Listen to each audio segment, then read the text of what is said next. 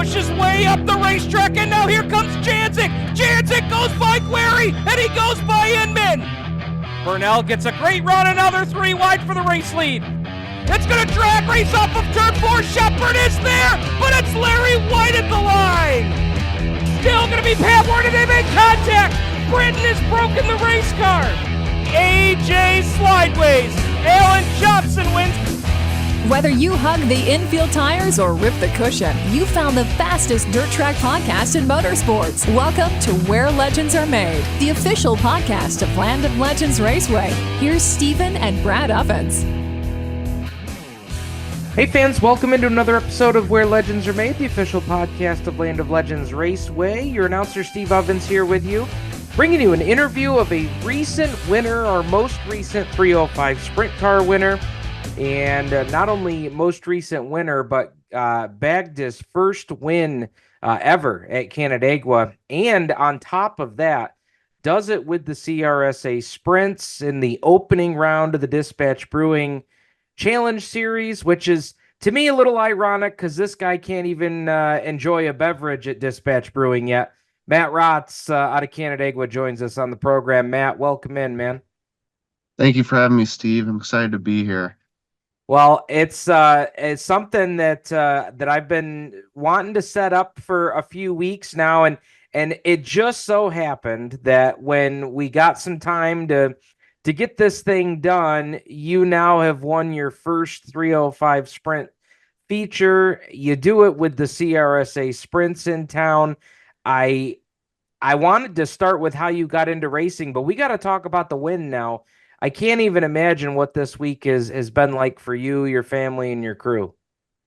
Oh, yeah, it's been amazing. We've had so many people congratulating us for the win, and it almost feels a little surreal because we normally come to the track and we're expecting to run pretty good, maybe try and win, but we didn't really expect to draw the second starting position on the CRSA Tour when there's 38 cars there.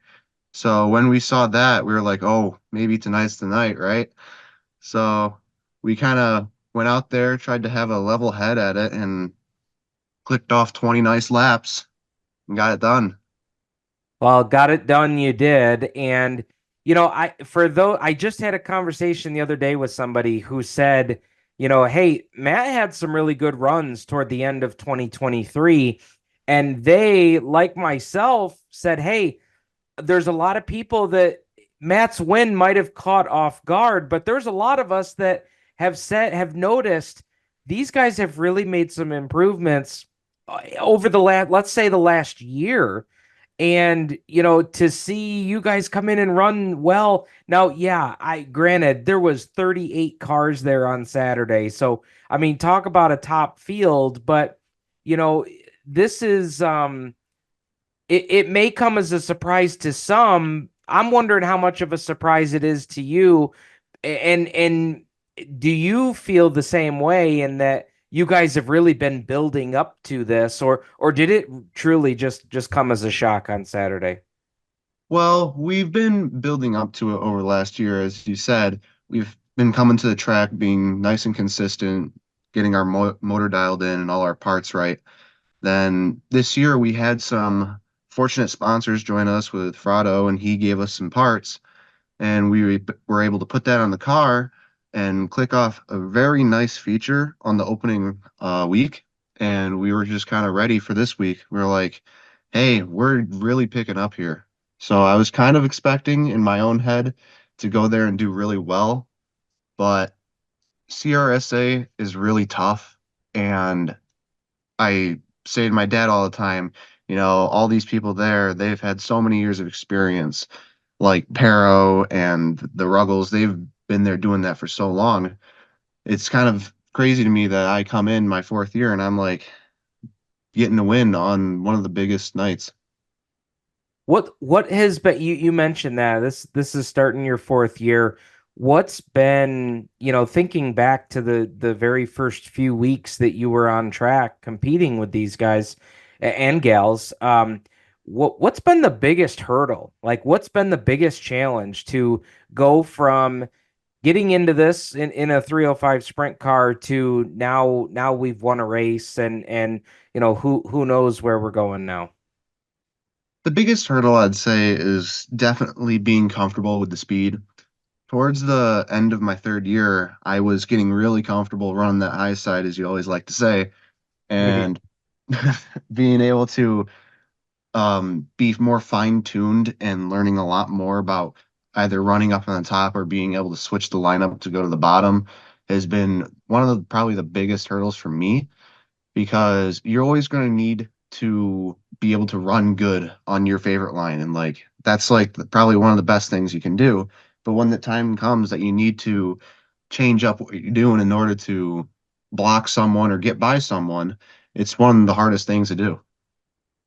I want to go back to week one this year. You had a fast car. There's no question about that. But at a certain point during the feature, you spin out.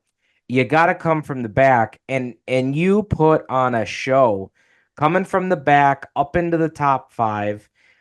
I'm wondering, you talk about, this speed you guys have developed and found in the car and some of the updates that you've made.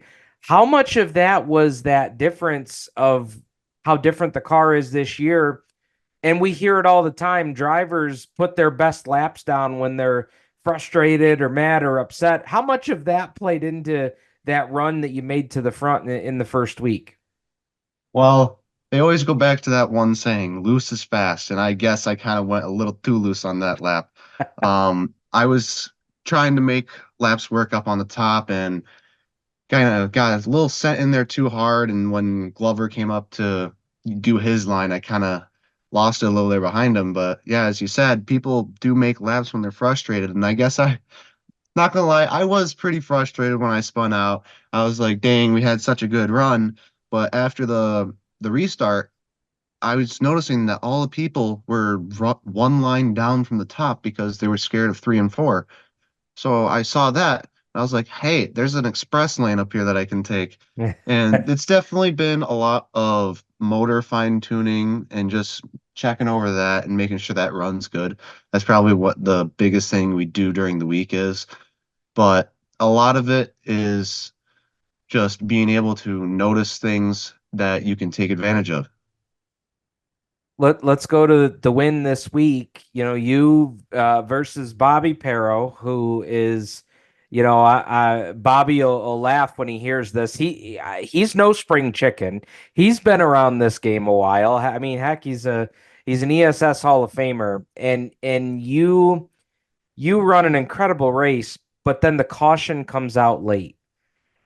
Do you look at the leaderboard? Did you see who's behind you? And what are you thinking under the helmet? Because Marty and I were spitballing back and forth, and but I'm curious what your thought process was, and what was it like from your vantage point?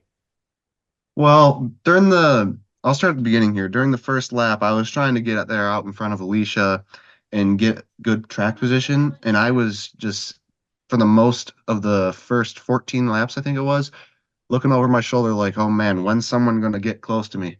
And that caution really kind of erased that lead I had. And so Yeah, it yeah. allowed Bobby to take advantage of the restarts and get real close to me. And I don't really look up at the scoreboard too much to make myself nervous. I always just go with the flow, see how it is. But on the last restart, I saw second to last restart when Bobby went under me.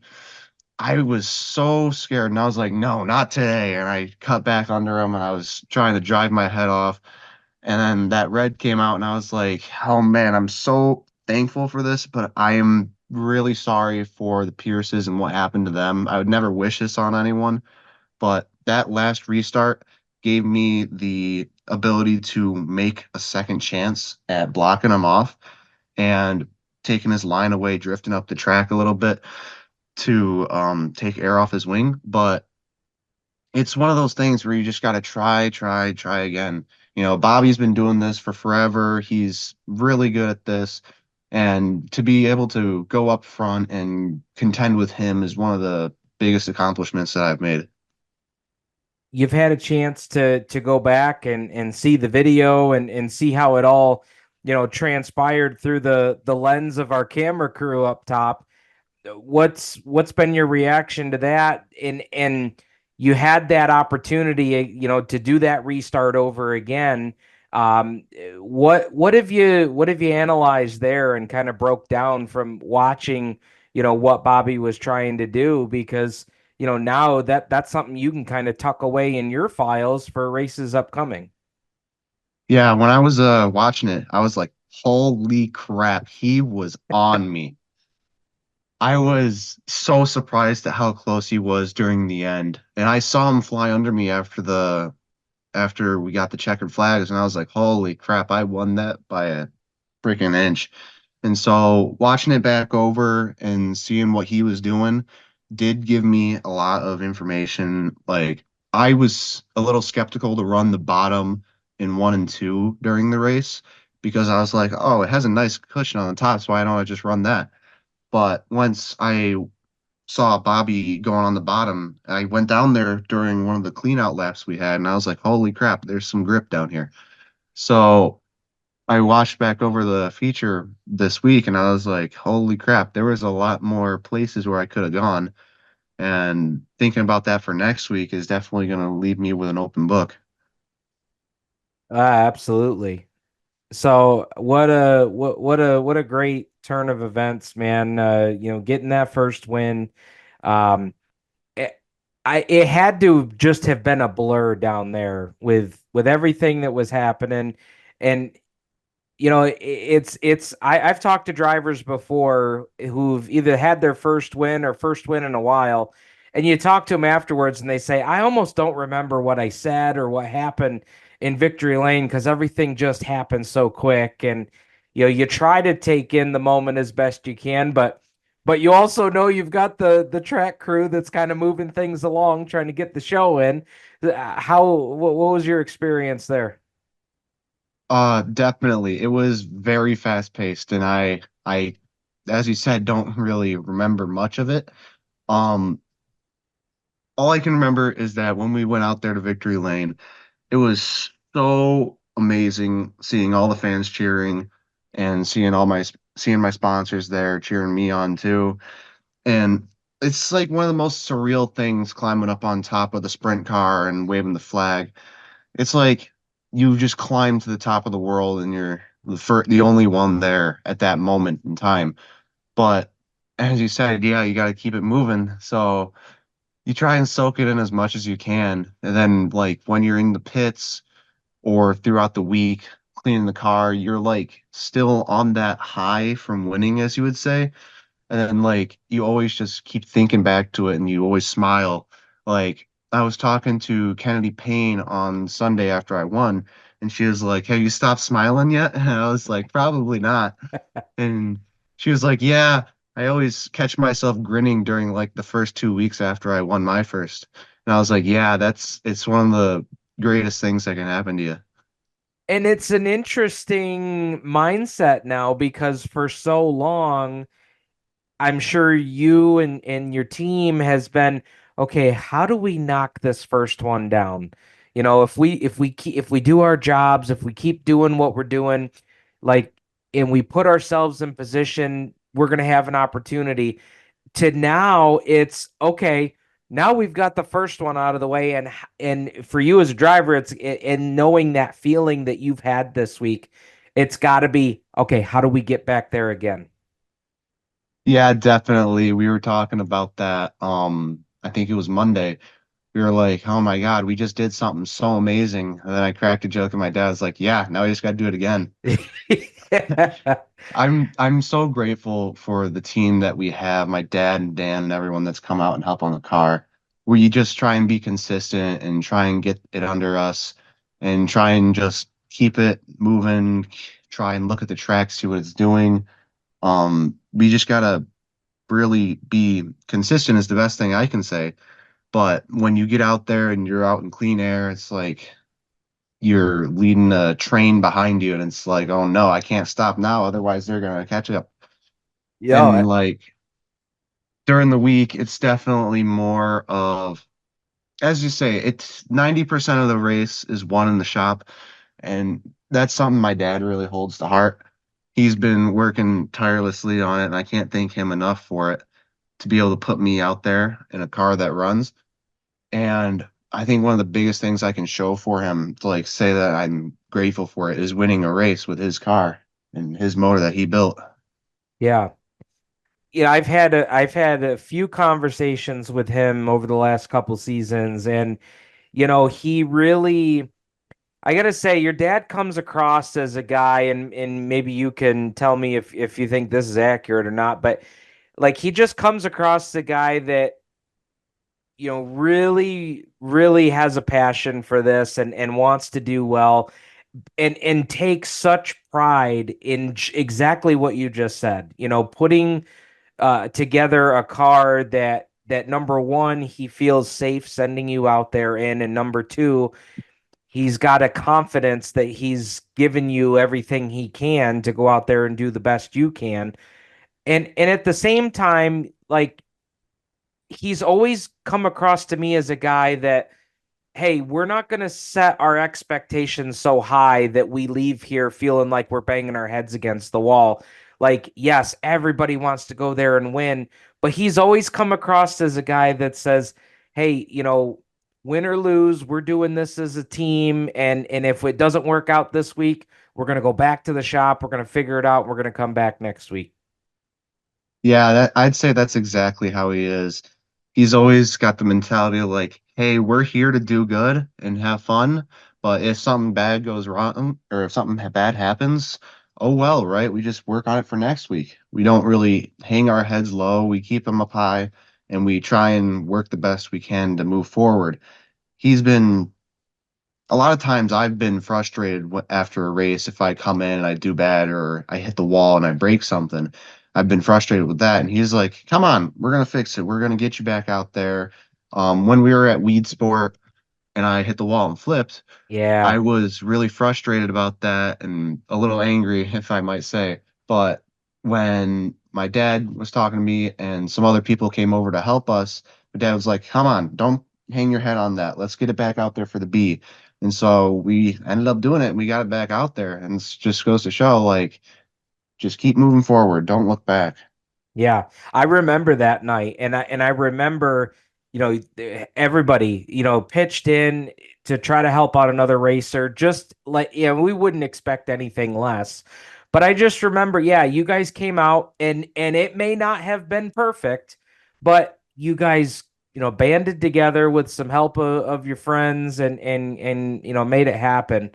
Um, I want to usually I start with how people got into racing but we had to talk about the win first, but now I'm curious and this is where I hope that fans will, learn a little bit about Matt Rotz and how he got started. So what was racing? How did things start for you? So many people tell us that they've had family members in racing and that's how they got started, kind of through a DNA process. Some people say I never had a chance, but what's that story look like for you? Yeah, my dad raced go-karts long ago, if you can believe it. And he was also a drag racer. So one day when I was at my grandparents' house cleaning out the barn with them, I looked up in the attic and I saw this old go-kart frame that was just sitting there doing nothing and pulled that out. And I said, Dad, hey, can we put a motor on this so I can like run this around the property? And he's like, yeah, sure. And put a motor on it. And I was riding around. My dad saw me in it and he was like, man, we're going to have to put him in an actual racing go-kart. So we looked around, found some good parts, got to Paradise, which I'm so grateful to have that experience. Paradise was such a great place. I'm really sad that it closed down. Um, got out there, won some go-kart features with it. And when I got older, me and my dad were looking around thinking about going into micro sprints. And we were like, hey, my dad is such a great engine builder for 305 blocks. Why don't we just do that?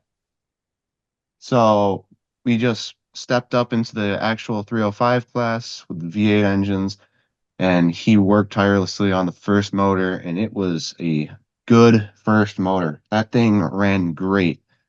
And I was practicing around Paradise a couple times, and Emhoff approached me and he was like, "Hey Matt, you should come down to Land of Legends and run the tour with us. There won't be that many cars there." We're like, "Okay, Mike, yeah, sounds fun." We come to the CRSA night and there's like 28 cars there.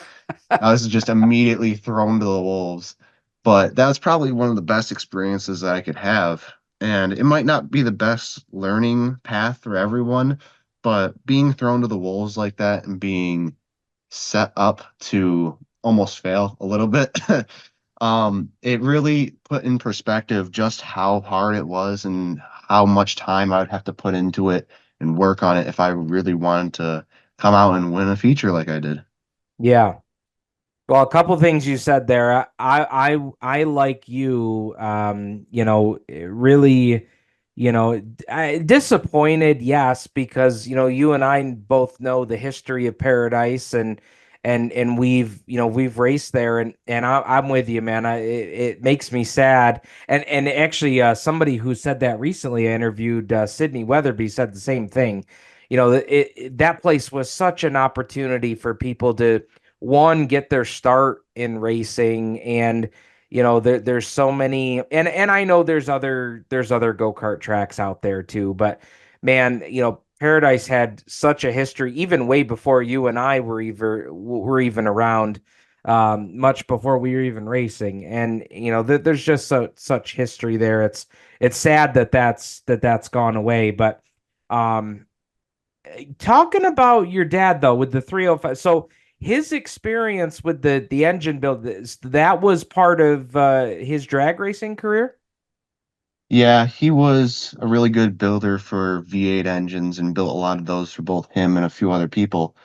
And we were like, hey, since like we're good at this and we understand this a lot better than the micro motor, why don't we just hop into this?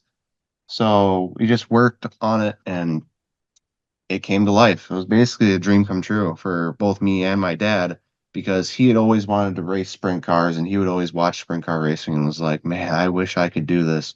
So when we got the opportunity, he said that he wanted me racing, and I was like, that's the coolest thing ever.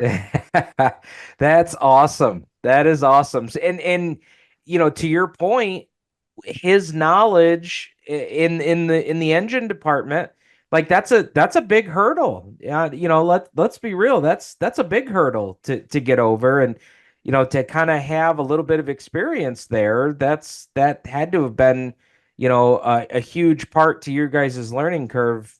Coming out fresh. Yeah, you always see these teams that go out there and they're the big top dollar teams. They're like throwing thousands and thousands of dollars at engine builders, and they're like, give me the best engine you got.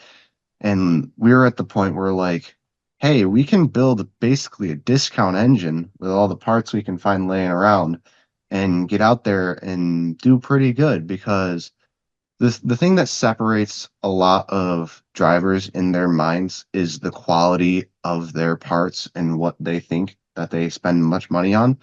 But a lot of times, if you just put in time and you get good deals places and you get good equipment some places, you just have to put a lot of time and effort into it, and you can basically do anything for a lot less. And it's a lot more opportunistic because for us, we didn't really have the ability to drop a lot of money on the car because I was gearing up to finish up with high school and go to college, and we were thinking about that too. And we were like, hey, let's just do this and see how it goes. And so it happened, and it was probably the best thing that happened to us. Awesome. You're talking about schooling and stuff. I know last year was graduation for you, if I remember correctly. I remember you and a bunch of the others were on the track there graduation weekend. Yeah, it was a couple of us, me and Hutton, Ethan Gray. Yeah, There's one other person. I think one of Ethan's crew members, if I Yeah, I think right. yeah. And And so we were talking on the front stretch. Also Alex Payne, he also graduated with me. yes, that's right. Um, And that's something I wanted to talk about too. I'll let you finish, but I don't want to forget that either, because I that was something I learned this weekend. I didn't realize how much of a connection was there. Yeah, and so we were talking on the front stretch, and they were listing off what we were planning on doing on the announcements. And Jordan and Ethan turned to me after they say that I'm going to RIT, and they're like, "You're going to college?" And because like you always think that racers don't let me think of a good way to say this. You always think that racers race and that's what they do and they put the most time into, but there's some other people out there like me and Matt Shepard that have put a lot of time and work and stuff, and we're kind of struggling through, but we make do. We make going through college and being able to put through that and racing. And Yeah. then sometimes that limits us on what we can do because we have to pay for that. Yeah. But I think in the long run, that's probably one of the best things you can do to line up a good job to help pay for it in the future if like I want to continue this like 10 years down the road. Yeah. But So what is that aspiration for you? Like you mentioned RIT. What is it that you want to do, what would be 3 years from now? yeah, so currently I'm at RIT for cybersecurity.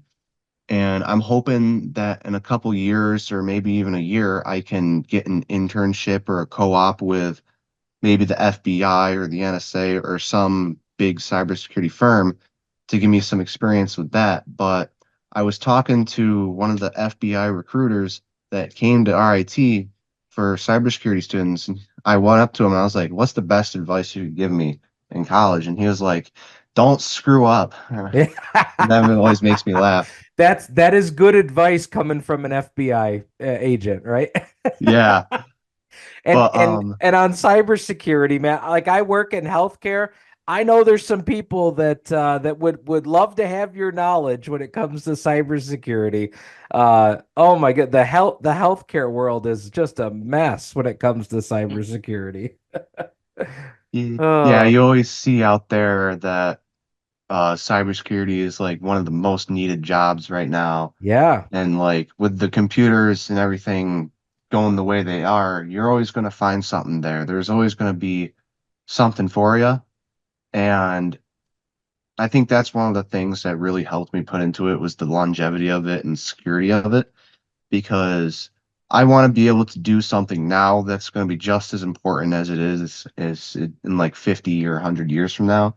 Because if we can get ahead on it now, that's probably one of the best things that we can do. Like yeah. keeping people safe, keeping hospitals up and running, keeping them from getting hacked. That's probably like one of the most important things in our internal society. Yeah, I don't disagree with that, man. Not at all. Now, you and Alex, so you guys graduated together. And it didn't really occur to me until I saw the Victory Lane pictures from this past weekend. I was like, "Oh, look at that. They're Rotz and Payne are standing together down in Victory Lane." And I thought that was cool, and I thought, "Boy, there's maybe more there than I realized." I knew you guys graduated, last year, but I didn't, what kind of friendship is there? Or, did that start in school, or how'd that all come to be? I think if I can remember correctly, when I was out watching a race with my dad, I saw Alex racing go-karts, I think, at one point. And I was like, "Hey, I think that kid goes to my school." So I approached him at school and I was like, "Hey, I'm Matt. I saw you racing or whatever." And he was like, "Oh, cool. That's cool. Like there's people around that I know that actually watch races." And I was like, "Yeah, I actually want to get into it myself." And it kind of went from there. We became real good friends in school. We kept racing.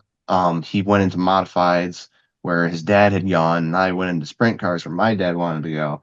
But we're always there helping each other. Like we do favors for each other. Like if he needs like some part welded, me and my dad can help with that. Or if we're looking for a specific part, his dad, Eldon, can get it through his shop.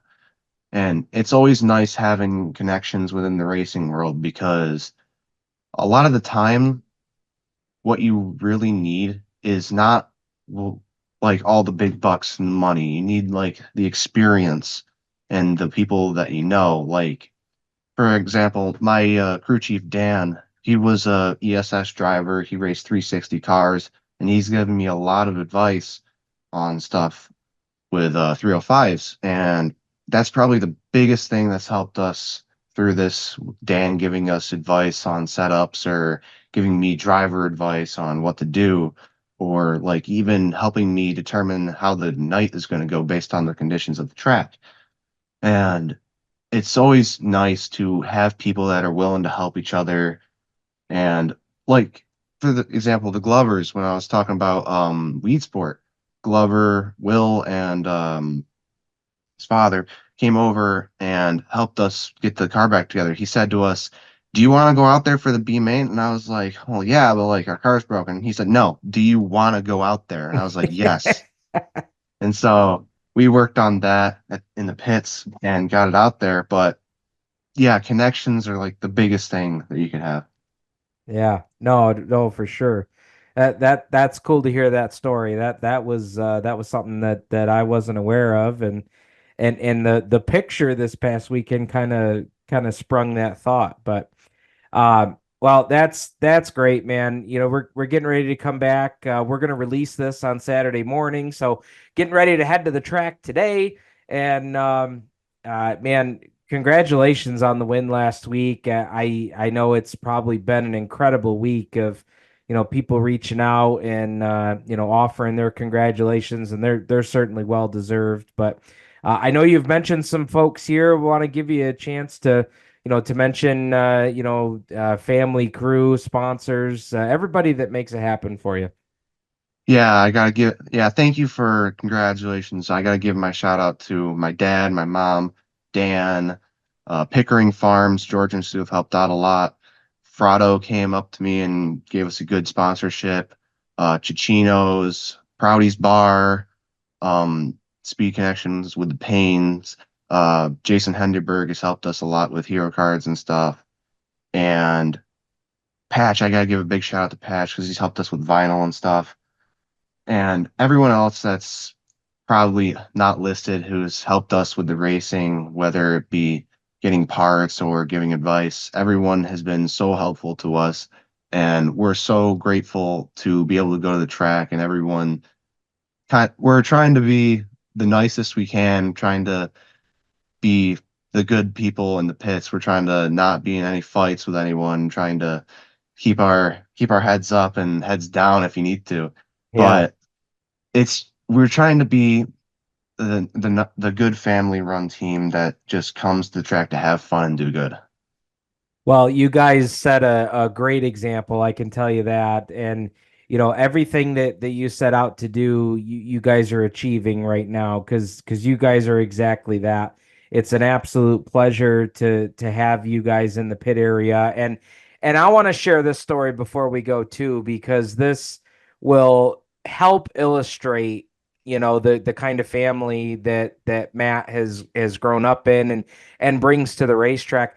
I did not really know these guys very well at all, and I want to say it was maybe your second year racing. At the end of the year, they knew that my wife and I had just had a son, and was welcoming him to the world. And these guys come to the banquet armed with a onesie for Rotz Motorsports and armed with a cookie jar for my coined phrase, top shelf where mama hides the cookies. And I got to tell you, there's, for folks that maybe you don't know all that well just yet, you know them at the races as an announcer. I, know the sponsors, know the hometown, and try to, get to know everybody. But man, you guys made such an impression with such a small gesture like that. And for folks that are tuning into the podcast this week, this is the kind of people that they are. So, when we make a big deal about somebody winning their first race, it's a huge deal. Don't get me wrong,